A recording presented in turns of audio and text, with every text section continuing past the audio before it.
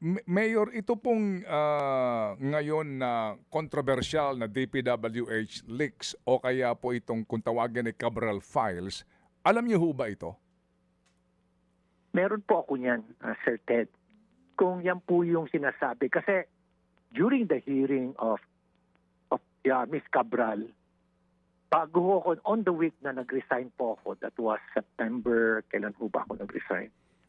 Yung week ko na yon, na Friday po ako nag-resign.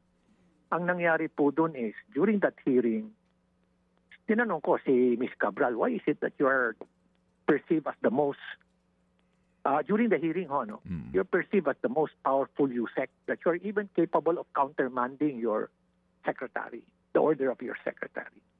Sabi niya, hindi naman to. Can you please stand up? Sabi ko sa kanya, and please come closer to this digital board and I'll show you a chart showing some numbers. At sinabi ko sa kanya, why is it na dito sa Region 4, dito tayo sa Region 4, ang net ng Misamis Mindoro Occidental under Congressman Tariela nasa 2.5. Bakit nangyari rito is umakyat siya ng 20.9 billion. Anong absorptive capacity ng Mindoro Engineering Office? Sabi ko sa kanya. Tapos next, sabi ko, look at this. Ito, Mindoro Oriental. Bakit from 1.5 billion na net, naging siya? Naging 20.7. Hindi ko na ho pinakita yung iba pang mga alarming din ho kasi yung iba rin eh. Ano? Mm-hmm. Kaya doon na, magmula noon, siya, napaubo siya. Tapos bigla siyang humingi ng tubig. Sabi niya, habang uminom siya ng tubig, nanginig na siya. Mm-hmm. Opo. So, ano po ang inyong assessment sa sitwasyon na iyon, Mayor? Familiar siya dun sa file. Familiar siya sa file. At nung tinatanong namin siya, kami ni Secretary Baves kasi ang agresibo dun eh. Tinatanong namin siya, why did this happen? Sabi namin, can you explain to us paano mo na-increase to? And same with the other congressman. Sabi niya, bigla, sir, utos ni Secretary. Yun na lang ang palusot niya. Mm-hmm. Utos sa Secretary Bonoan. Oho, yun na lang po yung kanya. Wala na ho siyang maituro, kaya sinabi na lang yan, utos ni Secretary. Mm-hmm. Opo, yung files na ito, kanin nyo meron kayong sariling kopya? Meron ho yan. Nakuha ko ho yan nung nasa ICI ako. Nasa ICI ako. Mm. Yan ho bang files na yan? Yan ho ba yung mga may notation, handwritten notes po?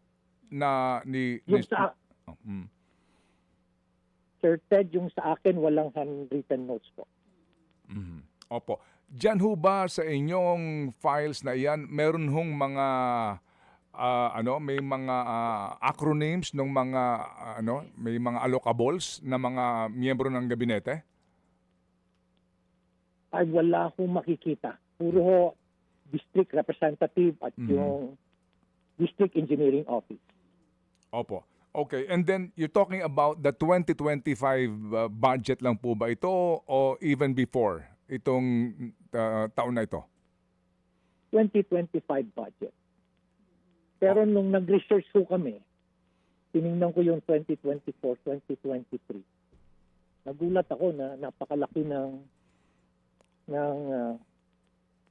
ginamitan ho namin ng tinignan ho namin yung yung files ho na nandun ho sa isumbong mo sa Pangulo. Mm-hmm. Kinuha ho namin lahat yun. And we use a certain type of algorithm para tingnan namin yung 2024, 2023. We were surprised na napakalaki ng central managed fund ng DPWH. Central office po ang umahawak sa budget. Yes, centrally managed. Opo. Centrally managed fund.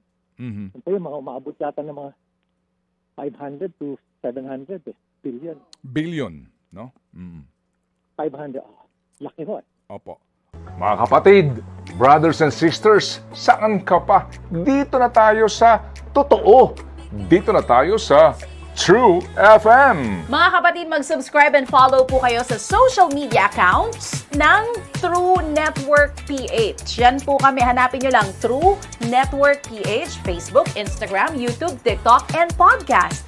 Mapa Apple or Spotify man yan, mahahanap nyo kami. Lahat ng mga napapanood at napapakinggan nyo po sa programa, nasa social media accounts namin yan. So, paano mga kapatid? See you sa social media! Dito tayo sa